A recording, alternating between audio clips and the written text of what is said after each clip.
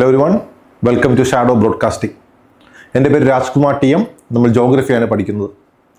Geography നമ്മൾ കഴിഞ്ഞ എപ്പിസോഡുകളിലായിട്ട് geography എന്നുള്ള സബ്ജക്റ്റ് എങ്ങനെയാണ് UPSC വേണ്ടി പഠിക്കേണ്ടത് എന്നുള്ള കാര്യങ്ങൾ നമ്മൾ നോക്കിയിരുന്നു. സിലബസിൻ്റെ ഒരു മൈക്രോ ടോപ്പിക് വൈസ് സ്പ്ലിറ്റ് നമ്മൾ നോക്കിയിരുന്നു. എന്നിട്ട് നമ്മൾ ക്ലൈമറ്റോളജി എന്ന ടോപ്പിക് വെച്ച് സ്റ്റാർട്ട് ചെയ്തു. ക്ലൈമറ്റോളജിയിൽ നമ്മൾ ഏറ്റവും ആദ്യം ബേസിക്സ് ആണ് പഠിച്ചു തുടങ്ങിയത്. ബേസിക്സിൽ നമ്മൾ പഠിച്ചത് എന്തൊക്കെയാണ്? എർത്തിൻ്റെ movements, that is rotation and revolution, എർത്തിൻ്റെ ആക്സിസ് ഇൻക്ലിനേഷൻ നോക്കിയിരുന്നു. Latitudes, longitudes, concept of time, international date line, ഇത്രയും കാര്യങ്ങൾ നോക്കി നമ്മൾ ബേസിക്സ് കംപ്ലീറ്റ് ചെയ്തു. ഇന്ന് ഈ എപ്പിസോഡ് തൊട്ട് നമ്മൾ പുതിയൊരു ടോപ്പിക്കിലേക്ക് കിടക്കുകയാണ്. That is atmosphere. എന്താണ് അറ്റ്മോസ്ഫിയർ? നമ്മൾ മലയാളത്തിൽ അന്തരീക്ഷം എന്ന് പറയും. അറ്റ്മോസ്ഫിയറിനെ നമ്മൾ സിമ്പിൾ വേർഡ്സിൽ പറയുകയാണെങ്കിൽ എർത്തിന് ചുറ്റുമായിട്ട് ഗ്യാസുകൾ നിറഞ്ഞ ഒരു ബ്ലാങ്കറ്റ് ഉണ്ട്. എർത്തിന് ചുറ്റുമായിട്ട് ഗ്യാസുകൾ നിറഞ്ഞ ഒരു ബ്ലാങ്കറ്റ് ഉണ്ട്. This blanket of gas around the earth, അതിനെയാണ് നമ്മളത് പറയുക അറ്റ്മോസ്ഫിയർ എന്ന് പറയുക. അപ്പോൾ atmosphere is the blanket of gas that is surrounding the earth, അല്ലെങ്കിൽ ദാറ്റ് ഈസ് എൻവലപ്പിംഗ് ദി എർത്ത്. അപ്പോൾ എങ്ങനെയാണ് ഈ അറ്റ്മോസ്ഫിയർ ഉണ്ടായത്? അതായത് എർത്ത് നമ്മൾ മുമ്പത്തെ ക്ലാസ്സുകളിൽ പറഞ്ഞിട്ടുണ്ട്, 4.6 ബില്യൺ ഇയേഴ്സ് മുൻപാണ് എർത്ത് ഫോം ചെയ്തത്. എർത്ത് ഫോം ചെയ്തതുമായി ബന്ധപ്പെട്ട് ബിഗ് ബാങ് തിയറി എന്നുള്ള തിയറി ജസ്റ്റ് പറഞ്ഞിരുന്നു. ഒരു സിംഗുലാർ ആറ്റത്തിൽ നിന്ന് പൊട്ടിത്തെറിച്ചാണ് എന്തുണ്ടായത്? എർത്ത് പോലുള്ള മറ്റ് പ്ലാനറ്റ്സ് ഉണ്ടായെന്ന് പറഞ്ഞിരുന്നു. എർത്ത് അങ്ങനെ ഫോം ചെയ്ത സമയത്ത് നമ്മൾ ഇന്ന് കാണുന്ന പോലെ പ്രശാന്ത സുന്ദരമായ ഒരു സ്ഥലമായിരുന്നില്ല എർത്ത്. പറയപ്പെടുന്നത് കുറേ കാലത്തേക്ക്, അല്ലെങ്കിൽ കുറേ കാലത്തോളം ഭൂമി, the earth was glowing, earth was burning, high temperature ആയിട്ട് ഇങ്ങനെ നിന്ന് കത്തുകയായിരുന്നു എന്ന് പറയുന്നത്.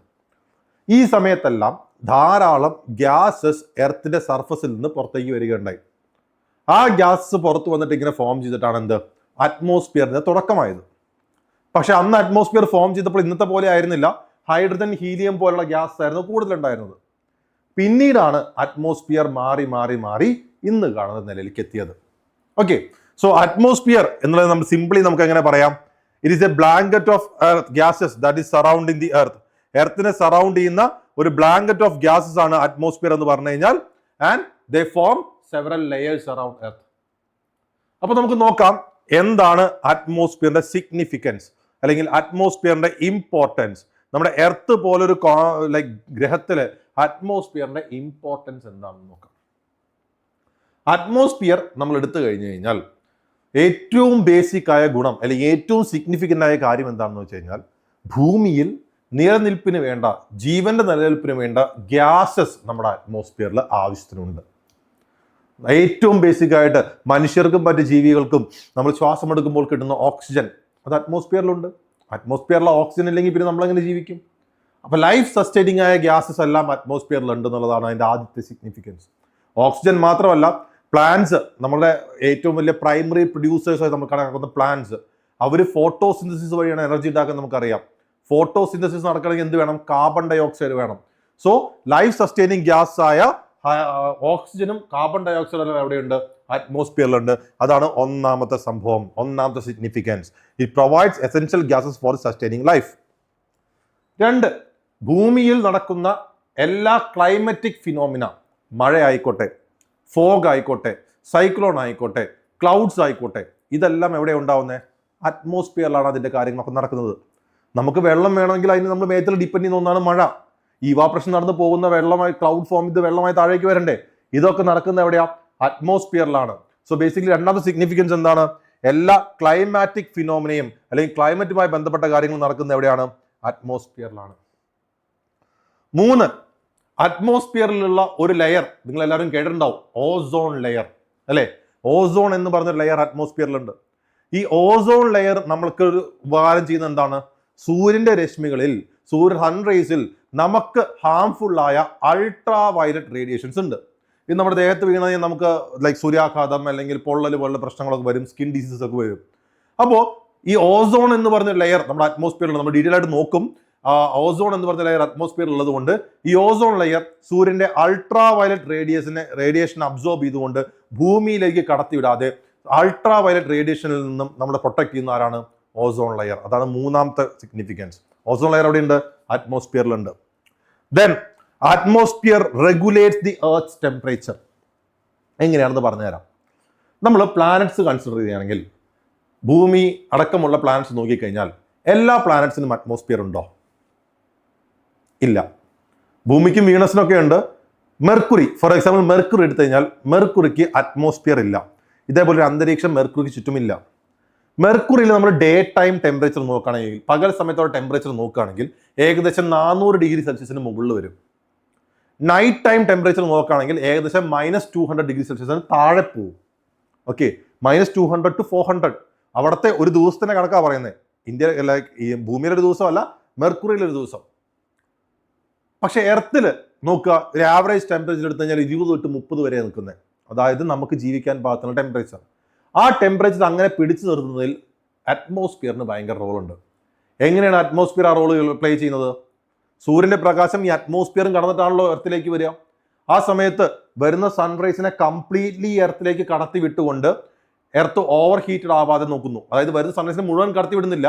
മുഴുവൻ കടത്തി വിട്ടാൽ ആ ഹീറ്റ് മുഴുവൻ വന്നിട്ട് എർത്ത് ഇങ്ങനെ വല്ലാതെ ചൂടാവും. അപ്പൊ മുഴുവൻ കടത്തി വിടാത്തതുകൊണ്ട് എർത്ത് കുറച്ചേ ചൂടാവുന്നുള്ളൂ. നൈറ്റ് ടൈമിൽ ഈ ചൂടായ എർത്തിൽ നിന്ന് ഹീറ്റ് പുറന്തള്ളപ്പെടുന്നുണ്ട്. ഈ പുറന്തള്ളുന്ന സമയത്ത് എല്ലാ ഹീറ്റും കൂടി പുറത്തു പോയാൽ എർത്ത് തണുത്തു പോകും. അപ്പൊ ആ സമയത്ത് അറ്റ്മോസ്ഫിയർ എന്ത് ചെയ്യും? എല്ലാ ഹീറ്റിനെയും പുറത്തേക്ക് വിടില്ല, കുറച്ചുകൂടെ തന്നെ പിടിച്ചു നിർത്തും. അങ്ങനെ ഇവിടുത്തെ ടെമ്പറേച്ചർ റെഗുലേറ്റ് ചെയ്തുകൊണ്ട് നമുക്ക് ജീവിക്കാൻ പാകത്തിനുള്ള ടെമ്പറേച്ചർ റെഡിയാക്കി തരുന്ന ആരാണ്? അറ്റ്മോസ്ഫിയർ ആണ്. ഡേ ടൈമിൽ സണ്ണിൽ നിന്ന് വരുന്ന എല്ലാ ഹീറ്റിനെയും എർത്തിലേക്ക് കടത്തി വിടില്ല. അപ്പൊ എർത്ത് ഓവർ ഹീറ്റഡ് ആവാതെ ഇങ്ങനെ നിന്നോളും. അതേപോലെ നൈറ്റ് ടൈമിൽ എർത്തിൽ നിന്ന് പുറത്തേക്ക് പോകുന്നതിനെ കംപ്ലീറ്റ്ലി പുറത്തേക്ക് വിടില്ല. അപ്പൊ അങ്ങനെ എർത്ത് എന്ത് ചെയ്യും? തണുക്കാതെ നിന്നോളും. അപ്പോൾ അങ്ങനെ ടെമ്പറേച്ചർ റെഗുലേഷൻ നടത്തുന്ന ആരാണ്? അറ്റ്മോസ്ഫിയർ ആണ്. മറ്റൊരു important point, extra terrestrial objects like meteors burn up in the atmosphere. Meteor എന്ന് പറഞ്ഞാൽ എന്താണ്? ഉൽക്ക. ഉൽക്ക എന്ന് പറഞ്ഞു കഴിഞ്ഞാൽ മറ്റ് സെലസ്റ്റ്യൽ ബോഡീസിന്റെ പാർട്ട്, ഒരു ആസ്ട്രോയിഡിന്റെയോ പ്ലാനറ്റിന്റെയോ ഒരു ഭാഗമാണ് മീറ്റിയോർ എന്ന് പറഞ്ഞു കഴിഞ്ഞാൽ. ഈ മീറ്റിയോർസ്, ഉൽക്കകളൊക്കെ നമ്മുടെ എർത്തിലേക്ക് വരും. അത് എർത്തിൽ വന്ന് വീണ് കഴിഞ്ഞാൽ ഇവിടെ വലിയ ക്രാറ്റേഴ്സ് ഉണ്ടാവും, നാശനഷ്ടങ്ങൾ ഉണ്ടാവും. ഈ മീറ്റിയോർസ് അറ്റ്മോസ്ഫിയറിലേക്ക് കടന്നു കഴിഞ്ഞാൽ അറ്റ്മോസ്ഫിയറിലെ ഗ്യാസസും മീറ്റിയോഴ്സും തമ്മിൽ ഫ്രിക്ഷണൽ ഫോഴ്സ് ഉണ്ടാവും. എന്താ ഫ്രിക്ഷണൽ ഫോഴ്സ്? ഫ്രിക്ഷണൽ ഫോഴ്സ് എന്ന് പറഞ്ഞു കഴിഞ്ഞാൽ ലൈക്ക് രണ്ട് ബോഡീസ് നമ്മൾ കോണ്ടാക്റ്റിൽ മൂവ് ചെയ്യുമ്പോൾ ഉണ്ടാവുന്ന ഒപ്പോസിങ് ഫോഴ്സ് അല്ലേ? ഇപ്പം ഞാൻ എൻ്റെ ഈ കോട്ടിനോട് ചേർന്നുകൊണ്ട് ഞാൻ എൻ്റെ കൈ മൂവ് ചെയ്യിക്കാൻ ശ്രമിക്കുമ്പോൾ കുറച്ച് ബുദ്ധിമുട്ടുണ്ട്. കാരണം എന്താ? കോട്ട് ഓപ്പോസിറ്റ് ഡയറക്ഷനിൽ ഫോഴ്സ് കൊടുക്കുന്നുണ്ട്. അപ്പോൾ അത്തരത്തിൽ വരുന്നതാണ് frictional force. Frictional force generates heat. Frictional force എന്ത് ചെയ്യും? ഹീറ്റ് ഉണ്ടാക്കും. നമ്മൾ തണുപ്പുള്ള സ്ഥലത്ത് പോയാൽ നമ്മൾ രാവിലെ തന്നെ കൈ ഇങ്ങനെ തരുമ്പോൾ എന്തിനാത്? കൈ രണ്ടും ഇങ്ങനെ ഉരച്ച് ആ ഫ്രിക്ഷണൽ ഫോഴ്സ് കാരണം ഹീറ്റ് ഉണ്ടാവുന്നു. ആ ഹീറ്റൊക്കെ നമ്മൾ മുഖത്ത് വയ്ക്കും തണുപ്പ് മാറ്റാൻ അല്ലേ? അപ്പൊ അതേപോലെ ഈ എയറും ഉൽക്കയും തമ്മിലെ ഫ്രിക്ഷണൽ ഫോഴ്സ് കാരണം this meteor start to burn. അത് കത്തി കത്തി കത്തി കത്തി ഇല്ലാണ്ടായിക്കോളും. ഭൂമിയിൽ വീഴുന്നതിന് മുമ്പ് തന്നെ ഇല്ലാതാവും. അപ്പോൾ അങ്ങനെ ഈ എക്സ്ട്രാ ടെറസ്ട്രിയൽ ഒബ്ജക്റ്റിൽ നിന്നും അറ്റ്മോസ്ഫിയർ നമ്മൾ പ്രൊട്ടക്ട് ചെയ്യുന്നുണ്ട്. ഇത്രയാണ് അറ്റ്മോസ്ഫിയർ സിഗ്നിഫിക്കൻസ്. ഒന്നും പറയാം, ലൈഫ് സസ്റ്റെയിൻ വേണ്ടിയുള്ള ഗ്യാസസ്, പ്ലാന്റ്സിന് വേണ്ട കാർബൺ ഡൈ ഓക്സൈഡ്, ആനിമൽസിന് വേണ്ട ഓക്സിജൻ കൊടുക്കുന്നു. ദെൻ എല്ലാ ക്ലൈമറ്റിക് ഫിനോമിന നടക്കുന്ന അറ്റ്മോസ്ഫിയറിലാണ്. ദെൻ ഹാർംഫുൾ അൾട്രാവയലറ്റ് റേഡിയേഷൻ നമ്മൾ പ്രൊട്ടക്ട് ചെയ്യുന്ന അറ്റ്മോസ്ഫിയർ ആണ്. ദെൻ എർത്തിന്റെ ടെമ്പറേച്ചർ ഓവർ ഹീറ്റഡ് ആവാതെയും ഓവർ കൂൾഡ് ആവാതെയും നോക്കുന്ന അറ്റ്മോസ്ഫിയർ ആണ്. ദെൻ എല്ലാ ഒട്ടുമിക്ക എക്സ്ട്രാ ടെറസ്ട്രിയൽ ഒബ്ജക്ട്സ്, മീറ്റിയോസ് പോലുള്ള ഒബ്ജക്ട്സിനെ ബേൺ അപ്പ് ചെയ്ത് എർത്തിന്റെ വീഴുന്നതിൽ നിന്ന് രക്ഷപ്പെടുന്നത് ആരാണ്? അറ്റ്മോസ്ഫിയർ ആണ്. ഇത്രയും അറ്റ്മോസ്ഫിയറിന്റെ സിഗ്നിഫിക്കൻസ് ആണ് അല്ലെങ്കിൽ ഇമ്പോർട്ടൻസ് ആണ് നമ്മൾ പറയാം. ഇനി നമ്മൾ അറ്റ്മോസ്ഫിയറിന്റെ കോമ്പോസിഷൻ നോക്കുകയാണെങ്കിൽ നമ്മൾ ഓൾറെഡി പറഞ്ഞു ഒരുപാട് ഗ്യാസസ് കൊണ്ട് നിറഞ്ഞതാണ് അറ്റ്മോസ്ഫിയർ. അപ്പൊ അറ്റ്മോസ്ഫിയറിന്റെ ഗ്യാസിന്റെ ഒരു ഡിസ്ട്രിബ്യൂഷൻ നോക്കുകയാണെങ്കിൽ അറ്റ്മോസ്ഫിയറിൽ ഏറ്റവും കൂടുതലായി കാണുന്ന ഗ്യാസ് ഏതാണ്? നൈട്രജൻ ആണ് the most abundant gas in atmosphere. Most abundant gas എന്ന് പറഞ്ഞാൽ ഓൾമോസ്റ്റ് 78.08%. അതായത് അറ്റ്മോസ്ഫിയറിൽ 78% ഏത് ഗ്യാസ് ആണ്? നൈട്രജൻ ആണ്. രണ്ടാമത് വരുന്നത് ഓക്സിജൻ. നോക്കുക, 20.95%, 2.95%. അതായത് നമുക്ക് വേണമെങ്കിൽ ഒന്ന് റൗണ്ട് ആക്കി പിടിച്ചു കഴിഞ്ഞാൽ 21% എന്ന് പറയാം. ഓൾമോസ്റ്റ് 21% ഏത് ഗ്യാസ് ആണ്? ഓക്സിജൻ ആണ്. അപ്പോൾ നോക്കിക്കഴിഞ്ഞു കഴിഞ്ഞാൽ അറ്റ്മോസ്ഫിയറിൽ 99% ഏത് ഗ്യാസാ? നൈട്രജനും ഓക്സിജനുമാണ് നിറഞ്ഞിരിക്കുന്നത്. ബാക്കിയുള്ള ഗ്യാസ് എല്ലാം ബാക്കി 1%. മൂന്നാമത്തെ ആളെ നോക്കാം. മൂന്നാമത്തെ most abundant gas argon. Argon is the third most abundant gas in atmosphere. Argon നോക്കൂ എത്രയാണ്? 0.93%, 0.93%. അപ്പോൾ നമ്മൾ ഓക്സിജൻ, നൈട്രജൻ, ആർഗൺ എന്നുള്ള 3 ഗ്യാസിനെയും കൺസിഡർ ചെയ്ത് കഴിഞ്ഞാൽ ഇവരാണ് 99.9% അറ്റ്മോസ്ഫിയറിലുള്ളത്. ബാക്കിയുള്ള ആൾക്കാർ carbon dioxide, neon, helium, krypton, xenon, hydrogen ഇവരെല്ലാം വളരെ കുറവാണ്. നോക്കി കാർബൺ ഡൈ ഓക്സൈഡ് നോക്കി 0.036, നിയോൺ 0.002 വളരെ കുറവാണ്. അപ്പോ the major gases in the atmosphere, 3 major gas ആണ് വരുന്നത്. ഏതൊക്കെയാ? Nitrogen, oxygen, argon. Nitrogen and oxygen occupies 99% of the gases. Nitrogen, oxygen and argon occupies 99.9%. ഇതാണ് അറ്റ്മോസ്ഫിയറിന്റെ കോമ്പോസിഷൻ. ഈ ഓർഡർ ഒക്കെ ഒന്ന് പഠിച്ചു വെക്കാൻ നല്ലതായിരിക്കും. നമുക്ക് പൊതുവെ മനസ്സിൽ നൈട്രജൻ, ഓക്സിജൻ ഒട്ടുമിക്ക പേർക്കും അറിയായിരിക്കും. മൂന്നാമത് നമ്മൾ കാർബൺ ഡൈ ഓക്സൈഡ് പറയാനാണ് സാധ്യത. പക്ഷേ കാർബൺ ഡൈ ഓക്സൈഡ് അല്ല, ആർഗൺ ആണ് മൂന്നാമത് കാണുന്ന സിഗ്നിഫിക്കന്റ് ഗ്യാസസ്. പക്ഷേ അറ്റ്മോസ്ഫിയറിൽ nitrogen, oxygen, argon, carbon dioxide പോലുള്ള ഗ്യാസസ് മാത്രമാണോ ഉള്ളത്? അല്ല, വേറെയും കുറച്ച് ആൾക്കാരുണ്ട്. ആരൊക്കെയാണ് നോക്കാം. The atmosphere also consist of water vapour, particulate matter, particulate എന്ന് പറഞ്ഞാൽ ചെറിയ ചെറിയ solid particles, then aerosols, dust പോലുള്ള കാര്യങ്ങൾ. എയറോസോൾ എന്താ?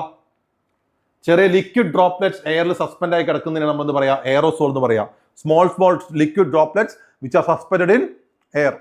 നമ്മൾ പെർഫ്യൂം യൂസ് ചെയ്യുമ്പോൾ എങ്ങനെയാണ്? അങ്ങനെയല്ലേ, ലൈക്ക് ഒരു സ്പ്രേ എന്ന് പറയുമ്പോൾ എങ്ങനെയാണ്? നമുക്ക് ലിക്വിഡും സോളും കൂടി, ലിക്വിഡും ഗ്യാസും കൂടി ചേർന്ന സംഭവം പോലെ വരിക. അപ്പോൾ അതാണ് എന്ത്? Like that's what we call as the aerosol. അപ്പോൾ water vapour, particulate matter, aerosol പോലുള്ള കാര്യങ്ങളും അറ്റ്മോസ്ഫിയറിലുണ്ട്. അപ്പോൾ ഇവിടെ ഒരു ഡിവിഷൻ ഞാൻ പറയുകയാണ്. ഈ water vapour, particulate matter, aerosol നമ്മൾ എടുക്കുകയാണ്. For example consider water vapour. Water vapour എങ്ങനെയാണ് ഉണ്ടാവുന്നത്? വെള്ളം ഇവാപ്പറേറ്റ് ചെയ്യുമ്പോഴാണ് വാട്ടർ വേപ്പർ ഉണ്ടാവുന്നത്. വാട്ടർ വേപ്പർ ഉണ്ടാവണമെങ്കിൽ അപ്പൊ എന്തൊക്കെ വേണം?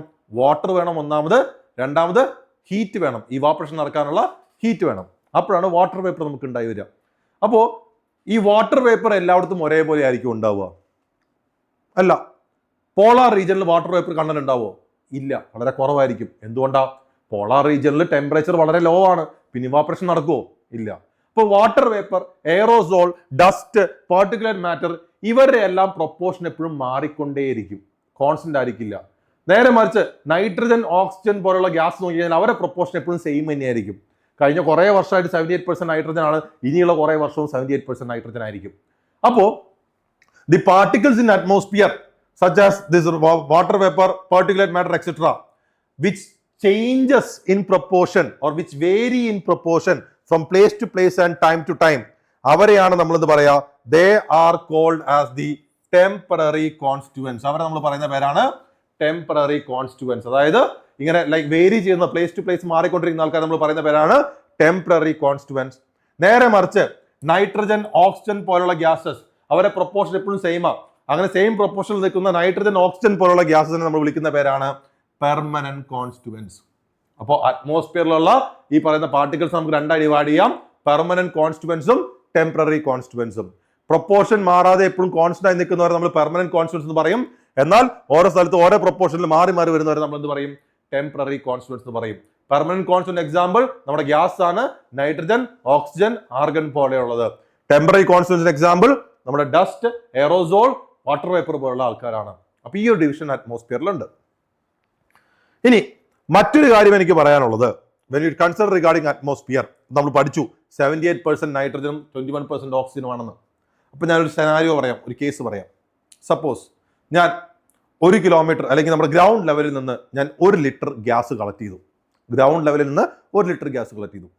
ഞാൻ ഒരു 50 കിലോമീറ്റർ ഉയരത്തിൽ പോയി, 50 കിലോമീറ്റർ ഉയരത്തിൽ പോയി, അവിടെ നിന്നും 1 ലിറ്റർ ഗ്യാസ് കളക്ട് ചെയ്തു. 100 കിലോമീറ്റർ ഹൈറ്റിൽ പോയി, അവിടെ നിന്നും 1 ലിറ്റർ ഗ്യാസ് കളക്ട് ചെയ്തു. അപ്പൊ എൻ്റെ കയ്യിൽ ഇപ്പോൾ 3 സാമ്പിൾസ് ഉണ്ട്. ഗ്രൗണ്ട് ലെവലിൽ നിന്ന് കളക്ട് ചെയ്തതും, 50 കിലോമീറ്റർ ഹൈറ്റിൽ നിന്ന് കളക്ട് ചെയ്തതും, 100 കിലോമീറ്റർ ഹൈറ്റിൽ നിന്ന് കളക്ട് ചെയ്തതും. ഈ 3 സാമ്പിൾസും നോക്കിക്കഴിഞ്ഞാൽ 3ലും 78% നൈട്രജൻ, 21% ഓക്സിജൻ, 0.9% ആർഗൺ എന്ന രീതിയിലായിരിക്കുമോ? അതോ വ്യത്യാസമുണ്ടാവുമോ? വ്യത്യാസമുണ്ടാവും. മനസ്സിലാക്കേണ്ട കാര്യം, അറ്റ്മോസ്ഫിയറിൽ ഡെൻസിറ്റി കൂടിയതും ഹെവിയറുമായ ഗ്യാസസ്, ഓക്സിജൻ പോലെയുള്ള ഹെവിയർ ഗ്യാസസ് അറ്റ്മോസ്ഫിയറിന്റെ ബോട്ടം ലെയേഴ്സിലായിരിക്കും കൂടുതൽ. അറ്റ്മോസ്ഫിയറിന്റെ താഴത്തെ ലെയറിലായിരിക്കും ഹെവിയറും ഡെൻസറുമായ ഗ്യാസസ് ഉണ്ടാവുക. നേരെ മറിച്ച് ലൈറ്ററും ലെസ് ഡെൻസറുമായ ഗ്യാസസ് അറ്റ്മോസ്ഫിയറിന്റെ ടോപ്പ് ലെയേഴ്സിലായിരിക്കും ഉണ്ടാവുക, അറ്റ്മോസ്ഫിയറിന്റെ ഏറ്റവും മുകൾ ഭാഗത്ത്. ഇപ്പോൾ ഫോർ എക്സാമ്പിൾ നമ്മൾ കൺസിഡർ ചെയ്യുകയാണ് ഹൈഡ്രജൻ, ഹീലിയം. പണ്ട് ഈ പറയുന്ന ഉത്സവങ്ങൾക്കും പെരുന്നാളിനൊക്കെ പോകുമ്പോൾ ഹൈഡ്രജൻ ബലൂൺ വാങ്ങിക്കാറുണ്ടാവും.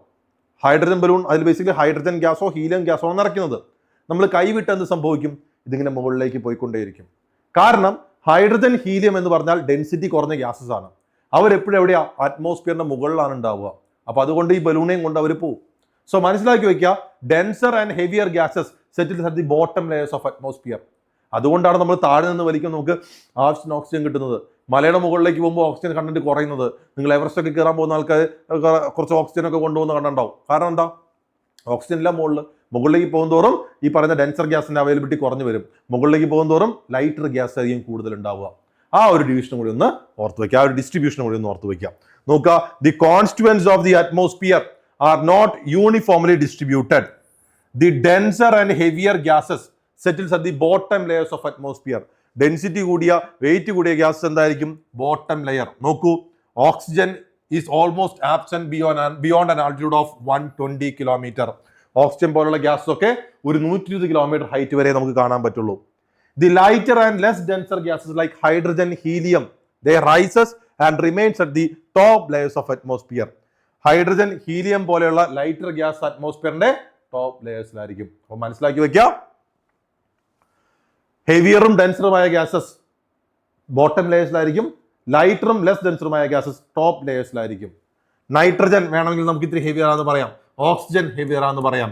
ഇവർ രണ്ടും അറ്റ്മോസ്ഫിയറിന്റെ ബോട്ടം ലെയേഴ്സിലായിരിക്കും എന്ന് പറഞ്ഞു കഴിഞ്ഞാൽ അതിനർത്ഥം 99% ഓഫ് ദി അറ്റ്മോസ്ഫിയർ താഴെയാണ്. ഒരു 120 കിലോമീറ്ററിന് താഴെയായിരിക്കും ഉണ്ടാവുക.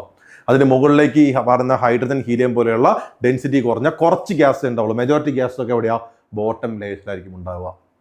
ഇതാണ് അറ്റ്മോസ്ഫിയറിന്റെ കോമ്പോസിഷൻ. ഇനി നമുക്ക് അറ്റ്മോസ്ഫിയറിൽ പഠിക്കാനുള്ളത് അറ്റ്മോസ്ഫിയറിന്റെ സ്ട്രക്ചർ ആണ്. ഡിഫറെന്റ് ലെയേഴ്സ് ആയിട്ടുള്ള ക്ലാസിഫിക്കേഷൻ അത് നമ്മൾ മറ്റൊരു വീഡിയോയിലൂടെ പഠിക്കാം. So that's it. Thank you.